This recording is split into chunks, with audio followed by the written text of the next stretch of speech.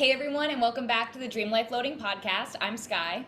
And I'm Susan. How are you today, Skye? I'm good, Susan. Once again, we're dealing with the heat here, and I'm surprised I haven't completely lost it and given in to buying an AC unit. So I'm very proud of myself for that. But I'm really figuring out have to keep the shades down during the day and use fans. So I apologize if you can hear the fan, but it's 95 degrees outside and we simply need it going. But I'm feeling good. I'm happy I raised the blinds for the podcast. So I was like, sunshine, like I see the sun again. So I'm feeling good. I'm feeling very much in the summer spirit. I feel like we're all settling into the summer groove in the best way. So I'm feeling good. How are you? I'm so good. I was actually just thinking about that this morning when I was working out because I was hot, it's humid, there's no AC in our gym, but it was worth it. And I was like, this is the first summer that it doesn't feel like it's flown by. Like I feel like it's been paced well. I was like, and I'm not begging for fall, which is weird for me because usually by June, I'm like, okay, let's get the pumpkin spice going. Like I'm ready to roll. And this year I'm not. I'm just so happy and content with where I am, whether it's hot or raining. Like, yeah, the rain sucks, but it is what it is. And Chris and I have actually been making the most out of the rain and sitting on we have a covered deck for the first time in our lives. So we're very excited about that. And we just every night, even if it's raining, we sit on the deck together and just talk. And it's become one of our favorite things to do. And it's like, this is awesome. So I'm just very content with life and where I am. I love that you bring that up. You and I are both such fall girls. Like I even said to Nick the other day, I was like, I love summer, but my favorite season without a doubt is fall. And I think that's a gift of growing up in New England. I think I would Yes. not have had my love of fall if we did not grow up with the football games, the leaves, Foliage. the Yeah. Halloween parties, and I've been watching a lot of old Disney movies. I think we're in our summer nostalgia era right now Hmm. with the challenge especially. So I've been watching a lot of old Disney movies, and it's so funny how many Disney movies take place in the fall. I never would have thought about it before, but so many it must be back to school season. I don't know what it is that they always choose fall, but Yep. movies, it's either summer, it seems like, or most of them, it's the leaves are changing color and it's new kid starts Hmm. at school, whatever it is. But it's really, I sit there and I'm like, I can't wait for fall, but I'm so happy with this season, which I did not even process it until you said that. It was like, that's so true. Is usually I'm like, okay, I'm sick of the heat. Like, I want Halloween, I want the fall. But I mean, I'm excited for it, but I'm very content with the fact that it's middle of July, not even middle. Right? Yeah, I agree. Well, speaking of fall, let's jump back to last fall when we started our business, which is the topic of today's podcast. So we have now been business owners for, oh my God, wait, Susan, exactly 9 months. Oh my God, you're right. And we are not even recording on a regular day. No. That's wild. Because, wait, okay, so November, December, January, February, March, April, May, June, July. 9 months today, to the day. That's wild. We did start on a specific day for a reason, just the So good. universe.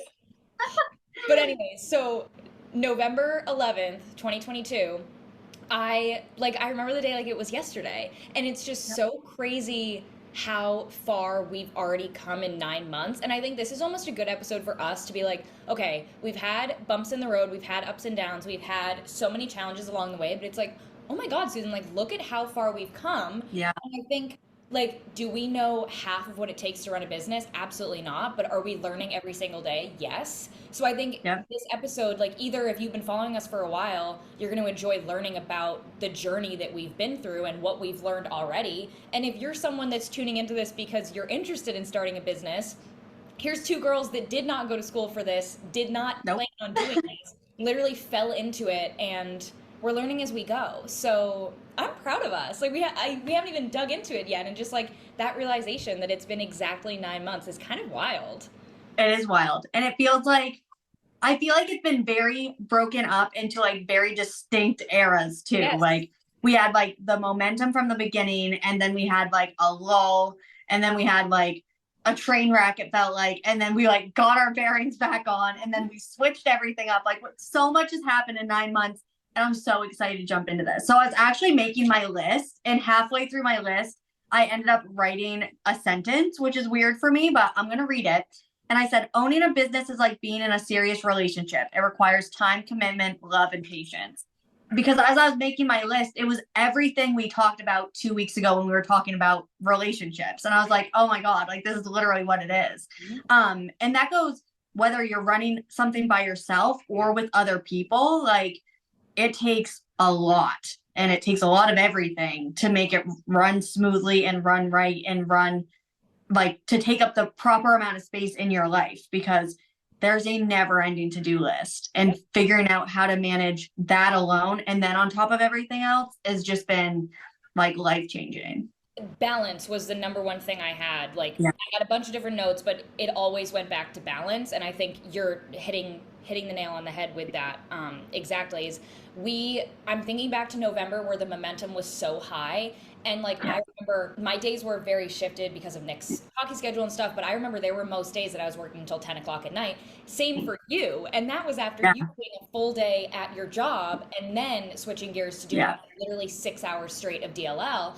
And there were moments where it was like, this is so cool. Like we're so successful. We're working so hard. Like there's always things to do. And part of me really liked that like high productivity. I think we both thrive in that environment. But then there were also the moments that were like, what is our direction? Why are we spending so much time on this? Like, I think we wanted it so badly that we jumped in before we even knew what we wanted. And so I think Yes. grabbing on to like do more things. Like if you do more, you're going to be successful. Like, because I think we Mhm. felt so successful, which is another Yep. thing I had written down. Like we felt so successful before we even had like any success at all. Like monetary Yes. success, like whatever, like success on the internet, like however you want to like put success, Quantify it. quantify. Yeah. We always felt like we were successful in this business, which I think is the number one way we've been able to continue to change and adapt and grow as a business, because we've always treated this as full-time jobs. Like we're still not at the point where these are full-time jobs. Obviously that is our goal, but the fact that from the beginning we've always treated this as where we want it to be, I think is the way we've been able to continue to get there. Yeah. Yeah. And I think the other thing is, I think we both have such a strong work ethic that we thought, okay, we're just going to dump everything we have into this. And then, like, it was one of those, it's the opposite of smarter, not harder. Like, it's not, no matter how hard you work, it's not going to translate into whatever type of success you're like going towards. And I think that we've really found in the last couple of weeks Mm-hmm. that it's okay if it's easy. Like if it's easy, it's probably the right thing for you, because I think we were both trying so hard to do things that either weren't, we thought we had to do things that weren't geared towards our like necessarily strengths. We kind of felt like we had to cover a spread to make sure we had everything. And we were like, once we figured out it's okay to just do what works for us, what we're good at. And then once we figured out that, and then we really channeled our energies into what we're good at, what it's not easy per se, but it's easy for us because that's what we have the instincts for. Then it was like, it felt like we busted the doors off of something. We're like, oh my gosh, like this is the moment. And it's like, okay. And then once we figured that out, then everything else kind of fell into place. We were able to time manage and figure out whose roles were what and communicate and just like figure out all the rest of the details. And that was huge for us. We had to find our niche. And I'm thinking Yeah. back to November when we were creating basically clothes. Like our whole thing was like an online clothing store. And I remember we were so worried about making sure we had products for men, making sure we had products for Mhm. like every single different type of person. We were like, oh, we need to hit every market. And then we kind of had to stop ourselves and be like, okay, first of all, like, do we want to be a clothing brand? That was the number one that we answering no pretty easily. So that was a big step for us. But then it was also like, okay, is there any brand on the planet that hits every single market? Like maybe there's a few, but in general, like they're all kind of centered towards a Yeah. certain demographic, a certain niche. And it was like, okay, you and I are in a very, like, we're in a basically the same niche in a lot of our interests. And we've always said Yep. business was an extension of our friendship. So why are we trying to hit all these niches that aren't related to us and our friendship at all? It was like, Yeah. I understand what you're saying, where it's not that it's easy, but I think it's so enjoyable that it doesn't seem like work. And There's less resistance. yes, yep. It's like we can do all the work and like it is not easy to do the work that we're putting out, but we enjoy it so much. And there's so much less resistance because we like what we're doing. We know what we're doing is going to work for people because it's things that we use. Like it's Right. really, like it is the extension of our friendship. Like I remember you and I like talking about planners and talking about your wedding planner only a year ago. And it was like Yeah. all these things that work for us, now we're giving people a way for it to work for them too. So it's like we've had this idea for a brand for almost a year now, but only very recently did we actually figure out what that brand meant. Yeah. And we had Yeah. to go through so much, like, I hate to say like failure, but in a way, it's like Yeah. redirection. Like we've talked about this, not Yep. rejection, but redirection. And it was like, okay, we could like all these different opportunities where we could have just decided to throw in the towel. We were like, okay, what is this showing us? Like, what does this actually mean? And it kept Yep. getting us closer and closer to the brand that we are continuing to grow into. Yes. And I think the other thing is we've talked about this in various different contexts, but you either hit a wall, it's a breaking point or a breakthrough. Like you have two choices. And we got to that point. Like we've talked about this big like a couple times, but there was in May, I think it was early May, Mhm. and I was like, we got on a FaceTime for our weekly call, and I was like, I can't do this. Like, I want out. I can't do this. And that was like, I literally could feel the pressure of like being this close to a wall. And I was like, I don't have it in me. And then you were like, okay, like you absorbed what I had to say. We got off the phone, and it was like, you could feel we were at the wall, and you just like turned us around and walked us in the other direction. And then we were like totally fine. And since then, that was really the point where we broke out of, and I think that's because we got to the end of the line of where we had started out. Like we got to the end of the clothing thing, and that was really the breaking point for that. And that's when we kind of jumped the hurdle into what we're in now, which is like so perfect for us that it's not even funny. And Mhm. I remember we were voice messaging back and forth because you would like come back to me with a new solution, like this is the new plan. And I could just feel like all of the tension release from my body. And I remember being like, why weren't we doing this from the start? Like what in our minds, like why did we start the other way around? And it was great because you know what? We have the skills. Like eventually when we have our merch store, like sick, we already know how to do it. It's gonna be like taking the training wheels off. But it was one of those moments where it was like, we could have taken that and been like, all right, we failed, or this is the failure, or whatever. And we totally just redirected it and used it for the better. I almost like to look at that situation as like, how many businesses do you, I don't know if I've ever heard about a business that the first thing they try works and that's a success. Mhm. Like, I feel like even like some of the biggest companies in the world, like there was always the first thing that kind of flopped. And for us, it was a pretty Yep. big flop. And looking back, it's because we were not interested in that at all. We, No. like, yes, I think we created some really cute pieces. Like, I still, obviously, we both still have ours, still wear them, but it didn't make any sense. It wasn't like we had to have that flop so that we realized, like, Mhm. okay, this isn't as easy as just deciding you're going to start a business and do it. And so that kind Yeah. of gave us like that lit the fire for us. It's like we're going to make this work. And so like because we jumped into this. It wasn't like we came to each other and we were like we want to start a business, like what should it be? Like we really jumped. I feel like we skipped the first step of Yes. okay, you want to start a business, here's what you should do. And I think honestly, like there probably is no like I feel like very few people probably go about starting and owning a business Right. by the book because that's really not how it works. But I think we really jumped in, and I think I'm sure we both felt I felt extremely clueless for months. Yep. I was like, I don't know what we're doing. Like, sounds good to me. Yep. Like, we'll see what happens. And I think Yep. the attitude too is like this has been such a passion project for us, and like yes, we're hoping it forms more and more into a career, which we're already seeing it getting there. But the fact that this was always rooted in like passion and love, it's there's been moments where it's been difficult and felt like work and whatever, and that's perfectly Mhm. fine. But at the root, it's always enjoyment. Like I remember we had kind of a really terrible day with the business, like literally really terrible. Like Yeah. 3 weeks ago now, Yeah. I did want to go into like dealing with like the fact that not everyone's going to like your product, I guess is really what it comes down to, which Yeah. every business faces. But this was like our first big experience with this, and it was a really hard day for both of us. And we both said the next day, like, hey, I'm not doing any DLL today. Like, I need a break. I need to just like clear my head, do my other work, and I'll come back to it the next day.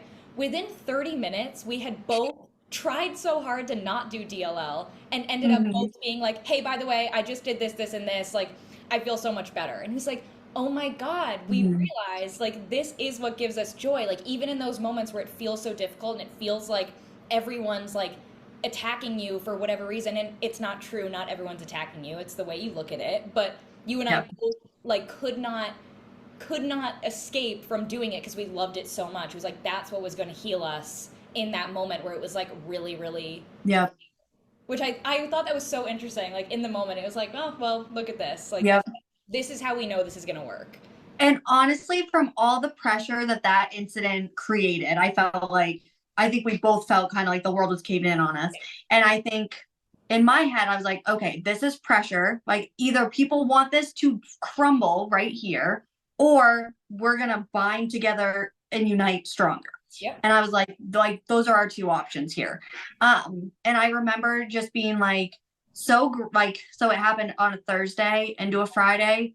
By Sunday, I was so grateful because we, like you and I, just personally established so many different boundaries and, like, honestly, coping mechanisms for what we had gone through. Yep. And I think we're even better off for it now because that pushed us to be like, okay, like, we need to have set hours where it's like, this is on limits, off limits, who's managing what, when, and then like, how are we going to communicate about it? Because we are best friends. We Yes. talk all day long, but how can we not put stress on someone, especially when we're 6 hours apart? Yeah. Like managing, honestly, time management is huge for us specifically because we're on different, Yep. literally time zones. But being able to find a way to still communicate everything, but have it be a no pressure, place, which is how we ended up with Slack and how we're now communicating, which I find is so much better. And I have to shout you out because you talk about how I gave us that redirection in May and like, or I think it was like maybe April-ish. I don't know. We had the redirection moment where you came to me and you're like, I want out, Mhm. whatever. That moment a couple weeks ago, I was losing it. Like all the comments we were getting, all the different negativity was I lost it. Like I Yeah. completely could not handle it. You were the one that really was like, I'm not worried about this. Like it's all gonna be fine. And I know you were worried, but the fact that you could express that like calmness to me and be like, I Yep. got this, I will respond. Like you really saved us that day. And that's why there's two of us and like balance going back to it. It was like, okay, Yeah. one of us completely fell off today, so the other one catches. And we do that all the time. Like Mhm. we literally did it yesterday. Like and Yeah. it's and it doesn't even feel like, oh, I'm doing you this favor, like you owe me. It's like, Yeah. no, we're in this 50-50 and we are in this 50-50 across the board. Like we're gonna catch Mhm. each other and that's how we continue to be able to be successful with this is because we catch each other and we bring each other up. And that's like when it's like a relationship. Yeah. Sometimes it's not always 50-50. Like yesterday, I'm in a car driving 3 hours. I don't have my laptop, but I'm responding to Skye and Slack for 2.5 of those hours. And she's doing stuff for me that I just couldn't access. Like, and it was one of those things where at first, like, we're messaging, I'm like, oh, I feel so shitty. Like, I don't have my laptop. I can't be doing this. And Sky's like, I got it. Like, it's not a big deal. I'm here. I'm like, this is what's going to happen. And then by the end of it, it's like, no, like this works Yep. because I can sit here and like let her know what I need from her and she's going to just get it done. And then vice versa, on a day when you're off, I'm going to respond to messages and do whatever I have to do. But and it's so nice to have someone that you trust Yes. being in it with you, because I don't feel guilty about being like, hey, I'm going to be off Thursday. And I love it. Honestly, I love it when you message me and you're like, hey, just so you know, I'm out of office, whatever day. And I'm like, I'm so proud of us for being able to create those boundaries because when we started, like you said, we were working 12-hour days nonstop and we felt guilty if we didn't work. And it was so hard. Yep. And now we have those boundaries, which is so nice. And I felt like the first time, so when we had this moment a couple weeks ago, I think we were out of the habit of using Slack and we were out of the habit of separating. Our balance was completely off because we Yes. had that huge moment. Like I feel like we've had our fall and we've had our spring. And our fall, Mhm. we were using Slack really well and we were like, we're new at this, we're going to use all the new features, and we were using Slack, using Trello, using all the different platforms, and then Yeah. we had our kind of breaking our redirection moment. And then when we Mhm. started to come back into it, we weren't in the habit of reminding ourselves that yes, this is a business separate from our friendship, even though they are very much intertwined. And so I think we had that moment where it was like, okay, like we need to be able to talk to each other when it doesn't relate to our business at all, but we still do Mhm. need to be able to talk to each other about our business. Like we're not a store that's open for 8 hours a day. So there's Right. always going to be things that come up, especially with the time difference. Slack Yep. totally saved that because even yesterday I knew you were off. I was like, I want to text her about the concert she was just at, but I also want to tell her this information that I've done for the business, but I don't want her to know that she has to respond. Slack was perfect. I was like, I'm going to throw Yep. this in the Slack channel. She's going to see it when she wants to. I think that's the huge thing about Slack too, is like we can Yes. leave it for 2 days if it's like, I'm busy, I can't deal with it. And that's perfectly fine. We can still be texting and like enjoying our friendship. And that's what Yes. happened yesterday. And I was shocked when you responded because I knew it was your day off, but I didn't even have to have that guilt of being like, oh, I feel bad she's answering me. So it was like, no, she knew this was in Slack. She knew this was a choice Yep. to open this and answer. And then we got a lot of shit done, which was great. We did. Also separately texting about Shania. So it was like, this is like the balance was so clear. It was like our Trello board is organized, like our Slack Mhm. channels are like it like we had 6 different projects going on at once because we were able to separate and balance out like friendship, business, and then break the business into all those sections. And it was Yeah.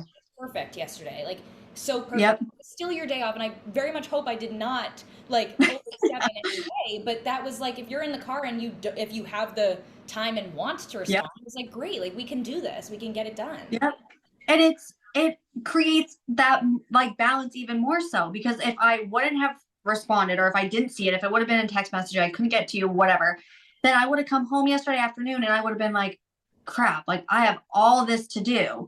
And instead, I got to come home and just unwind and hang out with my husband. Like it was great. I didn't feel obligated to do anything. Like we did what we could with what we had and it worked out great. And I think finding like the biggest thing is finding someone that you trust to Yeah. go into something like this with, but also someone that you can rely on unapologetically, like Yep. regardless of the circumstance, whether you're going through a crisis or Someone that you trust to give you the space but also be able to like knock on your door if it's like okay it's go time. Like you sent me, mm-hmm. you were doing a ton on Friday when I was out, and you sent Yep. me something, and I kind of like saw the text come in and I was like okay, and I let it sit until Monday, and it was reaching out to someone. Yep.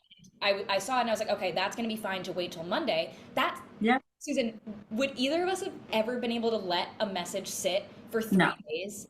And like that message should have sat for 3 days. Like there was nothing we could do about it. Like it was something that at my 10 p.m. on a Friday, nothing was going to happen. And if I open Right. that message, then I'm going to feel like I need to go do it. And if you needed me to do something, you would have texted me and been like, hey, I'm really sorry. I sent you this on Slack, but I need it to be dealt with now. And I would have said, no problem. And like we do it Yep. vice versa, you know? But the fact that Yep. I got in Slack, I knew that it was in an appropriate place where it could sit. And then Monday, I was ready and happy to go and tackle it. And it was just Yep. like we've now created those boundaries and balance. I feel like Yeah. boundary and balance is like the key that's kept us going. Yep. And I talk about this a lot with like my friends, like outside of Dream Life Floating, my friends who have jobs that are either draining or whatever.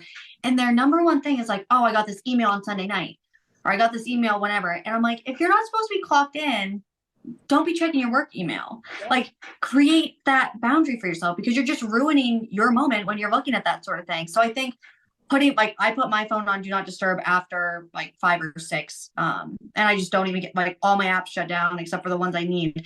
And that has been great too, because it's like if you're not even getting the notification, you don't even have to feel guilty about not checking it. Or like you said, there are days where you see it and you're like, yeah, like it can wait. Yep. And that's Technology is so insane. If someone needs you, they're going to figure out a way to get to you. You know yep. what I mean? Like if you're on Do Not Disturb, but it's like crisis is happening, I can call you and I know it's going to go through. You know what I mean? Like, so Yep. there's like the anxiety, like the anxious girlies that we are, we've been able to really try and start to create those boundaries and be like, it's okay to shut off. Like it's okay to not Yeah. respond the second something comes in. And I know for me, that's been a huge transition. I feel like I'm always the person that like I can't let a text sit for 5 minutes. I have to like make sure I respond to everybody. So that's been huge. Yeah. And I'm honestly so grateful for the boundaries that this business has taught me because I'm also applying them to my life. Like, there's been instances that come up that even relate towards the business that I'm like, no, like that's not a topic I'm going to talk about. And there's different scenarios like that it's just been, I'm just so grateful for it because, like, obviously I love it with all my heart, but it's also been teaching us just so much like life skills. Absolutely. Like, even I haven't worn my Apple Watch in 3 weekends. I don't put it on Saturday or Yep. something. If we go work out, I'll put it on and then take it right off. And like, Nick was like, "You haven't been on your phone," or he said something, and I was like, "It's because I love the Apple Watch, but in a way, it is so toxic because anytime it Mhm. is, anytime I look at it and then I'm gonna immediately go and answer it on my phone." But like, what were we doing on Saturday? My phone was in my bag. We had a lovely afternoon, and I realized, oh my God, I haven't picked up my phone in like 2 hours because I did not hear it Yeah. buzz. I didn't feel it buzz. It's like, this is fantastic. Yeah. This is, and like, it's a Saturday. Like, I don't need to be plugged in, like then Monday through Friday, Yeah. the appropriate hours, I'm plugged in, I'm ready to go. But no Yep. one can be expected to be plugged in for 7 days a week. It's absurd. Yeah. It should not happen. Like, even we're Nope. running our own business, we make our own hours. We're not doing that. Like, it's not No. effective. Nothing good is going to We happen. like realistically, we say good morning on a weekend, like Saturday, Sunday, we say good morning to each other. Maybe we check in around, well, mine noon, so you're like 6, Mhm. and then Monday morning we pick right up. And I never think, oh my God, Sky's mad at me. We haven't talked all weekend. It's Yep. like because neither of us are on our phones. And I don't feel guilty about it. Like I'm just like, like last night I had a slew of text messages and I was like, I love all these people. I'm not avoiding them. I'm just not doing this. Like, I'm not into it right now. And I noticed that since we found our groove with the business, I used to charge my phone. This is so embarrassing. I used to charge my phone twice a day Uh-huh. because I would wake up at 4. And so, like, it uses juices, like I would have to charge it around 11 or 12. Yep. And then usually I would have to plug it in at night around dinner time before and then plug it in for the night Oh for my bed. Like, God. So like three literally. times. Yes, Wow. because I was using my phone so Yeah. much, whether it was just responding to people or scrolling was a huge thing. Like I don't scroll much at all Yep. anymore. But it was just like finding that balance. Now I charge my phone once a day. Like if I'm making content all day, then that's a different situation. Maybe I charge it around like 3. But if it's a weekend, I don't charge my phone. Last weekend we went to camp. I charged my phone Friday night, and then I didn't charge it again until I got home Sunday because I just wasn't on it. Like it was full. I had to charge my Kindle, but that was okay because I was binge reading. Yeah, I think like I want to figure out like what is the one thing we can leave this episode with, like what, like, okay, this is we've been business owners for 9 months. What is the takeaway? Like, what is the one sentence, like the thesis statement of our first 9 months as business owners?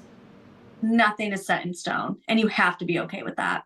Like things are gonna change so much, so fast, so often. Like we've changed our logo, we've changed our mantra, we've changed our products. Like nothing is gonna stay the same. And honestly, if you want to survive in any industry, you have to be willing to change. You cannot stay the same. The So first that's mine. the first note I had written down for this episode was be willing to change and adapt. So I Mhm. completely agree with that. I think I would echo that. I completely think that that's very much something that we've gone through, and that's very accurate, and we are going to continue to have to change. And just to like add on top of that, you can't be too attached personally to anything. And that goes Yes. with the business side of like, oh, I love this logo so much, but it's not working, but I'm so attached to it, we have to keep it. That's not going to work. You cannot be too Nope. personally, you can't take anything personally. And I think that's been so Mhm. hard for us. But that's like my big thing. And I think over the past couple of weeks, we've really been taking that and like really practicing that, is not taking it too personally, because this business is everything to us. And how can you not take it personally? But you have to take that step back and like, Yeah. what's going to be right for the company? Like, is responding right for the company? Is letting it go better for the company? Is changing the logo? Is changing the mantra? Like, what's right for the company, not for, and then that is right for us, like, so Right. really using those boundaries and separating. Yep. Absolutely. I love that. Favorites? Yes. I wonder if we have the same favorite. I know we do have the same favorite, but I don't know if it's what we've both chosen to talk about this week. But I my my favorite, favorite. Oh, go ahead. No, you go. Go, go, go. My favorite was the Shania Twain concert. Okay. And because it was just such a fun experience, I just danced my heart out. Like I had so much fun. I love Shania, so like it was my moment. I was in my element. It was so good. I think I know what yours is, which was my second. If I hadn't seen Shania on Sunday, whatever yours is gonna be mine. Of course, it's Speak Now, Taylor's version. Thank you. And I knew I was like, it's gonna have to be Shania because that's once in a lifetime. And now, fortunately, Speak Now Taylor's version is ours forever. So I've been obsessed. I've been really quite obsessed. And I gotta say, I'm usually like the vault tracks usually take me like a lot of time to warm up to. Like I remember with Red and Fearless and is that That's it? it. Yeah. I Well, Midnight she like released Yes, yes, bonus tracks. absolutely. Yeah, yeah, yeah. And I like even the Midnight's Vault tracks, I still really, I don't know. Sometimes it's like you get attached to like the Yeah, album itself, and especially with Speak Now, like that's an album that we know. So adding new tracks is kind of tough, but I love these Vault me tracks. And it's too. fun to have the new music to go along with like the new old music, but Yeah. yeah, the Vault tracks. When Emma Falls in Love gives me such Drops of Jupiter vibes, but like the summer version of Drops of Jupiter, I can't stop listening. It's so good. Yep. I love it. I absolutely love it. My mantra for the week was trust the seeds you are planting because we have, whether or not we believed it all the way through, we have lived by that and we trusted that what we started in November was worth pursuing, worth investing in, worth our time and our energy and our resources. And it's true because now it's turning around and becoming the average businessman's definition of successful. Yeah, that's one of the other things I had written down was trust your gut and believe in your business. So literally, like, Yeah. just trust it. My mantra is balance is not something you find, it's something you create, which Ooh. I've been very much working on. And I think creating balance, but then adapting that balance to what's going to work for like these different seasons. You know, like our Yep. balance in November was very different from how it is now, and we're just I'm sure it's going to be different now from how it will be in no September. You know, like it's just Yeah. a continuous like cycle of adapting and Yep. changing and creating new balance. But yeah, I mean I could not be more proud of us, and I know like we have so much more to do, and that's the best part of this is that we know where we're headed and we know that there's always going to be more to do, and that excites Yep. us. It doesn't weigh us down, and I think that's like the best part.